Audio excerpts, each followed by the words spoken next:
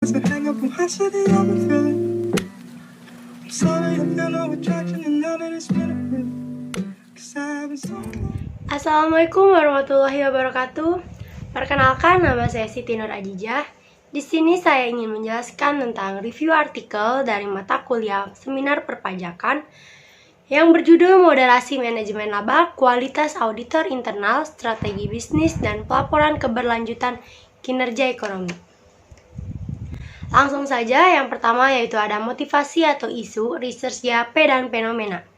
Motivasi atau isu di sini yaitu mendeteksi beberapa faktor yang dapat mempengaruhi kinerja ekonomi perusahaan, yaitu berkaitan dengan pengaruh kualitas auditor internal, strategi bisnis, dan pelaporan keberlangsungan kinerja ekonomi dengan pemoderasi manajemen laba.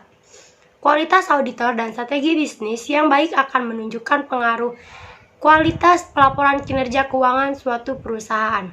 Nah, research GAP di sini yaitu ada penelitian ini menggunakan dua jenis strategi bisnis, yaitu prospektor dan defender dari tipologi Miles dan Snow pada tahun 1978.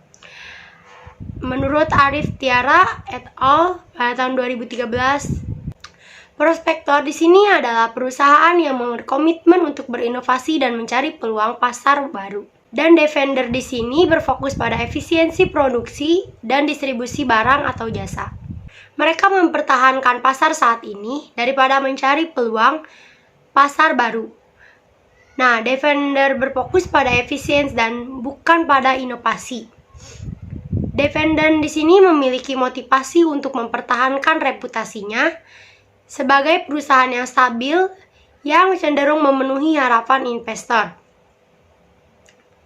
Sedangkan prospektor di sini cenderung mengutamakan kepentingannya dalam berinovasi dan mencari peluang pasar baru, sehingga pemenuhan ekspektasi investor menjadi lebih rendah. Fenomena di sini yaitu ada menurut Pardede pada 2014, isu keberlanjutan berawal dari isu pemanasan global dan kerusakan lingkungan yang semakin hari semakin terjadi di seluruh dunia.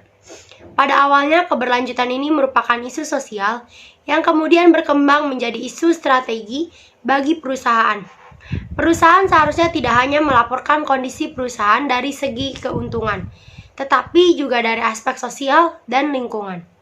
Menurut Pardede, pada tahun 2014, sustainability responding adalah praktik pengukuran, pengungkapan, dan akuntabilitas kepada pemangku kepentingan internal dan eksternal atas kinerja organisasi menuju tujuan berkelanjutan. Pengungkapan laporan di sini keberlanjutannya sebagai bentuk pengungkapan sukarela yang diharapkan dapat meningkatkan transportasi perusahaan. Kritik di sini yaitu peneliti kurang jelas dalam menyampaikan motivasi atau isu yang terkait ke penelitian ini. Motivasi tertuliskan tersirat secara implisit, sehingga membutuhkan pembawa atau reviewer memahami yang menjadi konteks motivasi dalam penelitian ini. Research GAP dalam penelitian ini tidak didukungkan dengan hasil penelitian sebelumnya yang berbanding terbalik. Fenomena belum dijelaskan secara khusus untuk lebih mendukung kesesuaian dengan variabel yang diteliti. Sebaiknya peneliti menuliskan fenomena yang berkaitan dengan salah satu variabel independen yang ada di dalam penelitian ini. Selanjutnya yaitu ada artikel utama dalam penelitian. Di sini ada 4. Yang pertama, menurut Agus pada 2004 menyatakan bahwa audit internal adalah pemeriksaan yang dilakukan oleh auditor internal perusahaan, baik terhadap laporan keuangan dan catatan akuntansi perusahaan, serta kepatuhan terhadap kebijakan dan kepatuhan manajemen puncak yang telah ditetapkan, peraturan pemerintah, dan ditentukan ikatan profesi yang berlaku. Yang kedua di sini ada laporan keuangan di satu sisi sebagai penentu strategi bisnis perusahaan. Kualitas laba yang ada pada perusahaan berpotensi juga merupakan fungsi dari strategi bisnis. Yang ketiga yaitu ada menurut Sulistianto pada 2008, manajemen laba didefinisikan sebagai upaya manajer perusahaan untuk menginterpretasikan atau mempengaruhi informasi dalam laporan keuangan dengan tujuan untuk mengelabui pemangku kepentingan yang ingin mengetahui kinerja dan kondisi keuangan. Yang keempat atau yang terakhir yaitu ada manajemen yang dinilai prestasinya dalam menghasilkan laba akan cenderung mengelola laba secara opportunistis, menurut Maheswari dan Nugroho pada 2014. Kritik di sini, peneliti sudah jelas dalam menjelaskan artikel-artikel yang menjadi referensi. Namun, sebaiknya artikel tersebut lebih dapat menjelaskan keterkaitannya menurut variabel dalam penelitian ini. Selanjutnya yaitu ada kebaruan atau novelty dari penelitian. Di sini ada pembaruan penelitian ini salah satunya dengan menggunakan unsur manajemen laba sebagai variabel moderasi.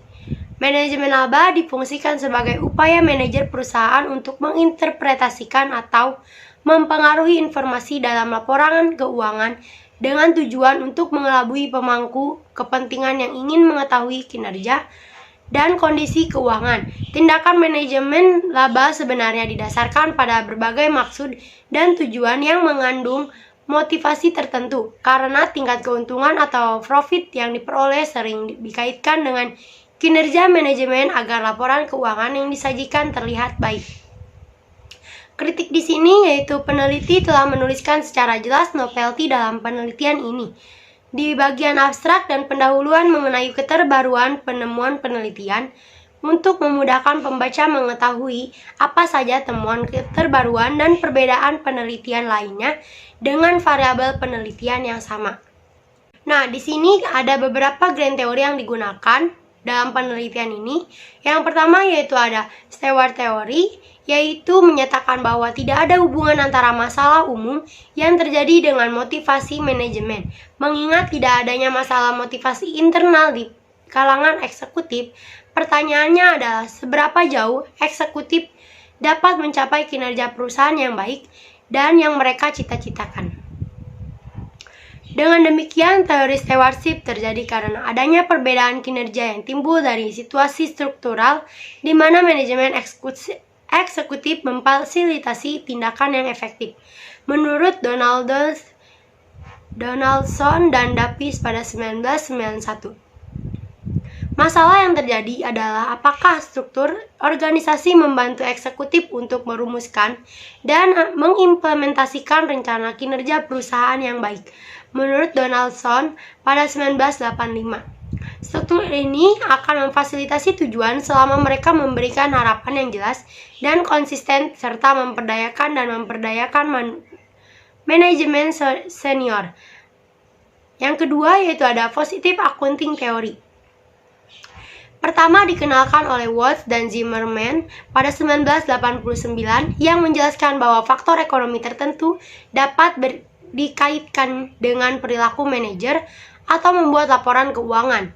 Ada 3 hipotesis spesifik yang paling sering diuji adalah hipotesis rencana bonus, hipotesis utang dan ekuitas, dan hipotesis biaya politikal. Kritik di sini peneliti hanya menjelaskan satu grand teori yang secara eksplisit, yaitu teori Stewart, sedangkan teori akuntansi positif dijelaskan secara implisit. Seharusnya pemaparan dijelaskan lebih eksplisit serta dapat ditarik keterkaitannya dengan judul penelitian. Nah, di sini ada keterkaitan grand teori yang digunakan dalam penelitian ini. Yang pertama tadi kan ada stewardship theory. Nah, di sini itu menyatakan bahwa adanya hubungan yang kuat antara kepuasan manajer dan kesuksesan perusahaan. Jika kesuksesan perusahaan tercapai, maka hal itu meningkatkan karyawan atau para pemegang saham atau pemilik. Selain itu, kesuksesan perusahaan juga akan ikut mendorong pemilik untuk memaksimalkan kepuasan manajemen dengan memberikan penghargaan atas prestasi kinerja yang telah dicapainya. Yang kedua di sini yaitu ada positive accounting theory. Hubungan teori akuntansi positif dengan kinerja ekonomi terletak pada sikap manajemen yang berupaya menggunakan kapabilitas, pengetahuan akuntansi, kebijakan akuntansi untuk menyongsong kinerja ekonomi yang akan terjadi di masa yang akan datang, berdasarkan 3 hipotesis dalam teori akuntansi positif. Kritik di sini yaitu peneliti tidak menjelaskan keterkaitan grand teori yang digunakan dengan judul penelitian secara eksplisit. Grand teori hanya tergambarkan secara implisit dalam penelitian ini. Menjelaskan di atas merupakan hasil dari penelaahan oleh reviewer. Nah, di sini ada kerangka konseptual. Hipotesis pertama di sini ada quality of internal auditor kepada economic performance. Yang kedua yaitu ada business strategy pada economic performance. Yang ketiga di sini ada sustainability responding kepada economic performance. Yang keempat ada earning management terhadap economic performance. Yang kelima yaitu ada earning management moderating variable kepada quality of internal auditor. Lalu kepada economic performance seperti hipotesis pertama yang tadi, hipotesis ke-6 dan ke-7 pun sama, menyambung dengan hipotesis kedua dan ketiga, lalu masuk ke economic performance. Nah, kritik di sini penulis sudah memberikan gambaran yang jelas. Di dalam kerangka konsep tersebut, penulis menjelaskan yang mana variabel independen, variabel dependen, dan variabel moderating secara implisit dengan tanda yang bisa dipahami oleh pembaca, atau variabel independen diberi tanda X dan variabel dependen diberi tanda Y. Dan seharusnya untuk variabel moderating diberikan tanda Z. Mungkin hanya itu saja yang dapat saya sampaikan. Kurang lebihnya mohon maaf. Saya Siti Nur Ajijah pamit.